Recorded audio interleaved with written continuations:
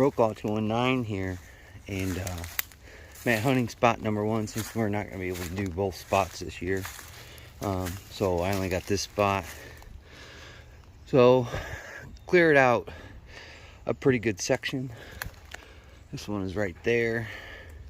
As you can see, I did throw some seed all through here. So I'm using clover, rapeseed, a lot of small stuff here, nothing big. Took a minute to clean this spot out. As you can see, it's really overgrown back here pretty bad. Tree stand looks okay for the most part. Still here, so that's a good thing. Still tight. I'm pulling on it tight and secured to this tree. I'm getting caught up by a branch, but you can see there's a lot of down trees now back through here, a lot more than there was last year, of course, because of the storms. But this is the first plot that we're gonna put in, and then the second one looking to be somewhere over in this area over here, because deer do travel down off of this ridge right here. There's a big hill dip in the back, so they come up out of there. Sometimes they'll come back behind the tree stand. So if I can get them to stop coming back from behind the tree stand, that would be great, and have them just fully out here. I am gonna have to do some cutting and shooting lanes though. This tree right here, that branch is gonna have to go. This one right here, that one's gonna have to go.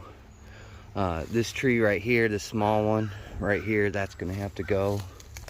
But I think that's pretty much the gist of it so far. So it's not too bad. This shooting lane right here, as I can line you up with the tree stand, you can see it's still pretty clear. There's no trees through here, so if they do come off that hill like I shot that deer a couple years ago, they got a clean path through here, because I did dig out some of these other trees last year. It doesn't look like they grew back, so that's good. Deer take the easiest path given to them, but they will take the hard ones if need be. I don't see any tracks back here. That's the one thing. So I'm using the honey hole stuff, and then I got a peanut butter block, and then I got some beets that I'm gonna plant. So the beets bag is pretty small. I got it at work for a discount. So I'm gonna throw just a little bit through here, and then off of that, where that big junk pile is right there, I'm gonna clear out a section underneath that tree right there, and it's kind of like on a hill. So I'm gonna do half and half on that section, and make sure that it's that I got a good shooting lane through there. I might have to take out that little tree that runs in front of the bigger one, but that's not a big deal. So it's coming along. All right, so this is a small little patch that I did. This has a little bit of everything in it. As you can see, the seed. Oh, there's a nice squirrel. Anyways, I cut most of this blue tarp out, but it's basically grown into the tree, so that sucks. I cut a little bit of it off over there, and just made like a little path, and I'll show you. Look, just right on that other side of that tree to kind of break up my outline when I'm in there, because they do come down from off of there, and they run right through there. But when they get through there, it's off limits because it's out of bounds. But anything back over in here is good. So they all come off this way, and then they come off this way, and then that's the dealio with that. I did throw some of the honey hole stuff in here, but these are beets. They're sugar beets. I've been talking to a guy that comes into work, and he used to work at Purdue, the university, and they used to test out seeding methods for whether it be agriculture or food plotting for deer. And he said sugar beets have a hard time growing around here for some reason. I just had this bag, and it was cheap. It was like $3. So I'm gonna try it. Maybe it will, maybe it won't. That's why I threw over that honey hole that has a little bit of turnip, tons of clover in it, things like that. Just in case that stuff doesn't take hold. I threw a couple of handfuls back over here in the plot that I already did here. As you can see, there's just a little bit of it, not much. Because I don't want that stuff to overtake, because I've seen food plots that stuff can grow, especially in like Iowa and stuff. And that stuff can get really tall. I thought I just heard something run. Oh, it's a squirrel. So I just threw a little bit, scattered a little bit out throughout here, just to see if it'll take hold over here. If you do food plotting, just remember, man, you should test your soil. That's what I have it here, and I had it over there because the soil was pretty good for growing. Over here, I didn't test the soil, so this is our little test site right here. And I think I'm gonna make another one back over here. I haven't. That's a lot of trees, as you can see, all the down trees back over in here. That's gonna be hard to do. And I'll be shooting to the right, which if they go back behind the tree stand, I'm SOL. But I want to keep them all out in front here. That's why I'm plotting out in front.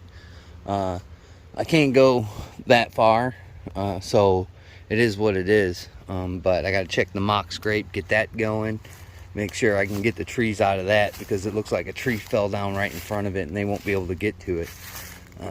So clear out this little pathway here to my tree stand, get that all moved out. That way, when I set my cameras and I come back for them, it'll just be easier to clear it. That way, coming through here during deer season, I'm not making a bunch of noise. This is one of the trials and tribulations of having such a small plot, and especially right next to where you're going to climb into a stand. If you come in here in the morning, they could be just standing in these plots feeding if they don't want to, go out to the bigger fields off to my left here and graze out there in the morning or at night. So I'm trying to give them as much as, a variety as I can, but in small doses. When I made that plot last year, those two plots that were over here, this one and the other one, it was huge. This was huge, and yeah, that didn't work out well. I had to shoot a couple of does out of here just to keep it off there, because I want to keep the bucks on this property. That's what I want to do. I want to keep them from straying so far. There's a little chipmunk. The bedding area for the does, fawns, and yearlings are this way. Bedding areas that I know of that are that way for bucks. So they all come up here and they all meet in these fields over here off to my right here. So, I mean, as long as I can keep them in their core area and they don't have to travel a whole far away, because there is water sources back behind me. There's a giant pond. There's just, it's a little bit of a residential area too. Well, not residential, but like subdivision area. Bird feeders, bird baths, places to get water that retain water. So I want to give them an option not to go to these places and just to stay around here and do their thing, do their deer thing. So I'm going to work on another plot, but that's the one I just did. It lines up right with my tree stand. The tree stand looks good. I don't know if I've already said that. The straps are good. It's still tied down. Nobody's cut the locks off like a couple years ago where I had everything stolen out of here. But for the most part, it's coming together. But I'm gonna make another plot. All right, so mock scrapes. Mock scrapes is another thing that you should do. As you can see here, there's a deer. If I can get down in that hole, you can see there's been deer over here. I don't know how fresh these tracks are. There's another one right back over there by that branch. And then there's a couple more leading off back around the drop off that I talk about. But mock scrapes are good. This mock scrape's been here since I've been hunting this place. All it is some twine and a vine, because there's tons of vines out here. And I just strung it up put it there, and I put all my scents. There's a little bit of scent left on there. That's called Evercalm for the herd, as they call it. As you see, there's another. That's a pretty nice deer right there. Digging, looking for food. These fields out here have not been planted. Whether they're going to get planted or not, I don't know. Farms change hands, and when they change hands to the younger generation, they sell it. It gets developed, and that's how you get subdivisions. But I kind of extended this one that I showed you with the tarp out, because I do have some mineral blocks. And put a camera on one of these trees facing this way. Camera here where it usually goes. As you can see, I just noticed this. I still got that Evercalm is still on this tree, which is pretty good. Right here, see this white stripe? That's the Evercalm right here. And then I dug this path out. If you watch some of my videos, turkeys are very abundant out here at times, and they take this path. They take this path and they walk over here because of all the vegetation. As you can see where that down tree is, if I can focus, there's tons of little chickweed and things that grow up onto that hillside. So they take that path, or they'll take the one off the property along the line of the field. But so far it's pretty good. I'm going to throw my mineral site there. Now that I know there are deer tracking from this way, hitting the mock scrape, I'm going to put the mineral site there if they're going to take that path. From what I'm seeing, it's not much, but again, for some reason I haven't seen farmers plant anything but 3/4 of a field of corn, and that was it. So I don't know what's up with that. Again, farms change hands. So this is the minerals that I got for the deer. This Final Feast. It's an all-season attractant with proprietary flavoring, irresistible ingredients. It's 22% protein, which is pretty good. The more protein you give these deer, the better chances they have of, fighting and building muscle. So you want to give them a lot of protein. That's why they're always in the bean fields and things like that, because they're getting all that protein from the greens. But as you can notice, there's the tree stand. You have the site here, site there, site down here. Everything is in front of me. I'd like to do it 360 degrees, but you can only go so far over that way until you're off the property line. This is a good start. I'll have to come back in the next few weeks and see what's going on at that point, and see how this stuff is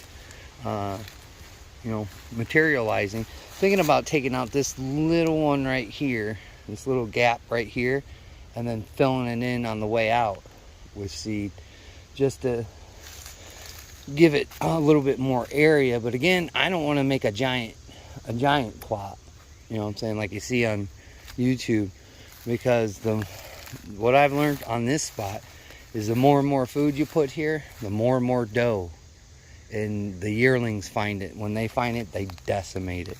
They absolutely decimate it. Alright, so I'm done. I'll show you what I've done.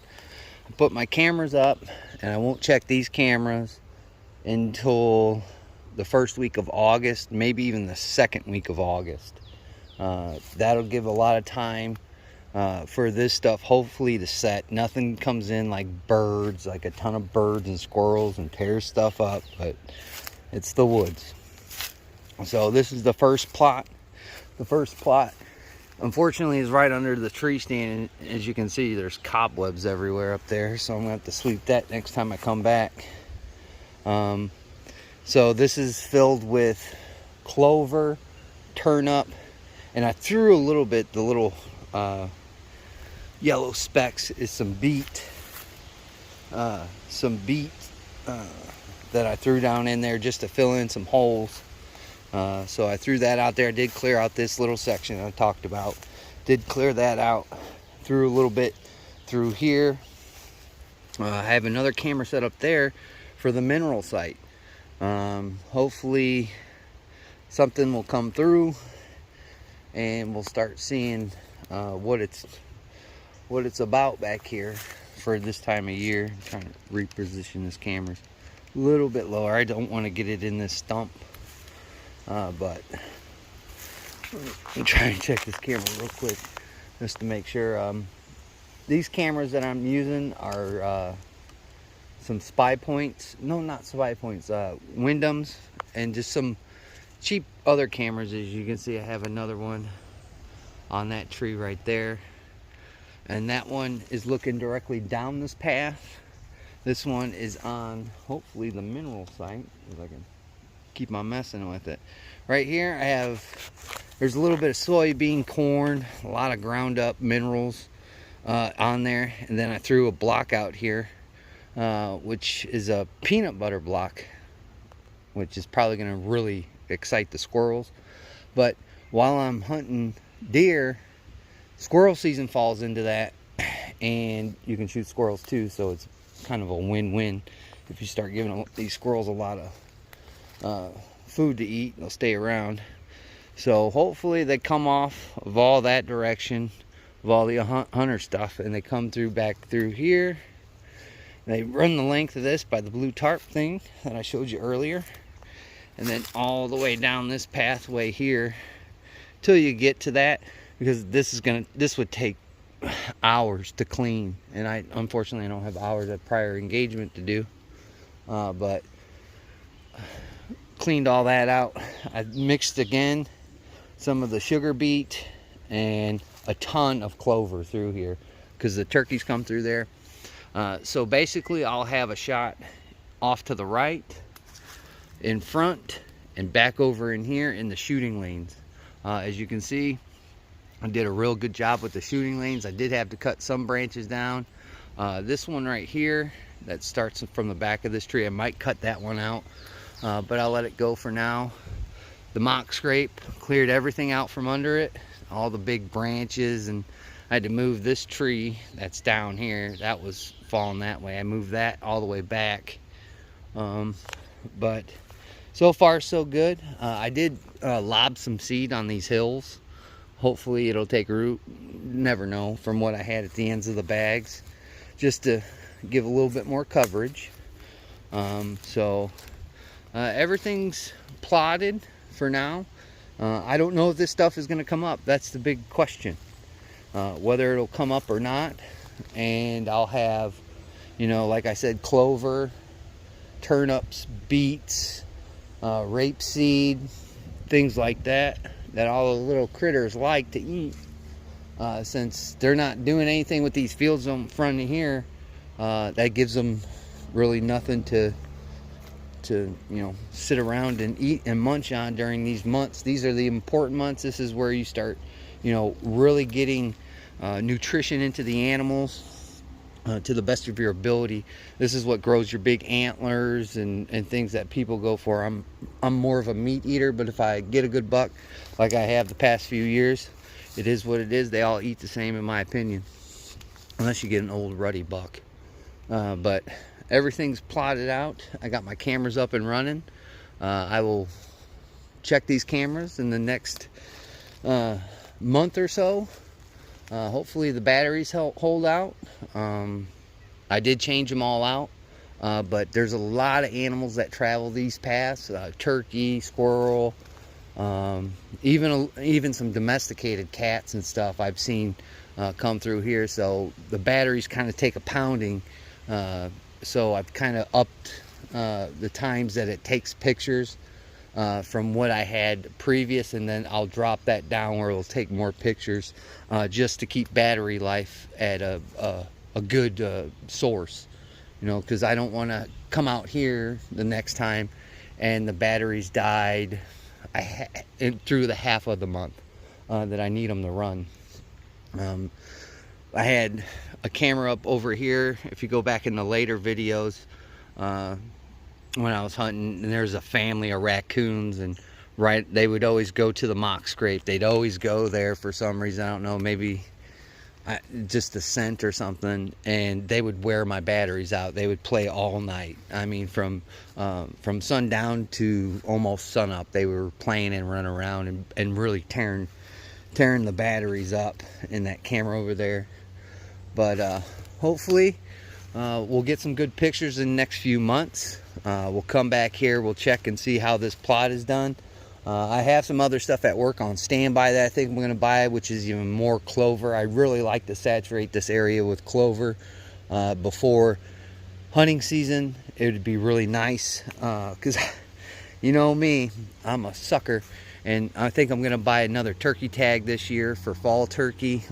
If you watch those turkey videos this past spring, boy, wasn't really happy. Well, happy with all the turkeys I seen, just not happy with human beings at this point.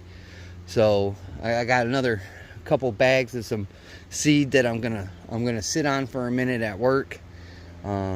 If worse comes to worse, I'll just bring cracked corn or corn out here and throw it throughout here just to give these deer some kind of nutrition. Maybe another block. They make all kinds of different blocks. But that's hunting spot number 1 this year. Hopefully this works out. I've got a ton of openings and shooting lanes for this year, so that's pretty good. Again, I might have to take this tree and cut that off because I know the year I shot my buck, when I thought it was the big guy, he had come back through this way, and once you get back through this way, man, it's I don't care what skill level you are, it's pretty hard to put an arrow in a gap like this V gap right here. You know what I'm saying? This V gap, that's pretty tough, man, especially when they get really far back in there and you can't shoot them because the property line ends.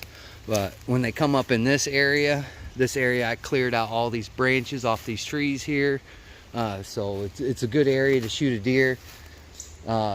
Proper shot placement, man. I shot that deer, the last one, and it ran, I don't know, 5 yards that way. So we'll have to see what comes up, what doesn't come up, and then make plans after that. But I do have a little bit of stuff that you know, I have in the arsenal left to try and give deer nutrition. Hopefully we'll see some good bucks this year. It is really overgrown out here. That's what I've really noticed. Every year it kind of gets like that at times, especially with all the rain that we've had here previously. So I've got my mineral site set up. I've got this stuff planted. I'm hoping that will last a little bit of time.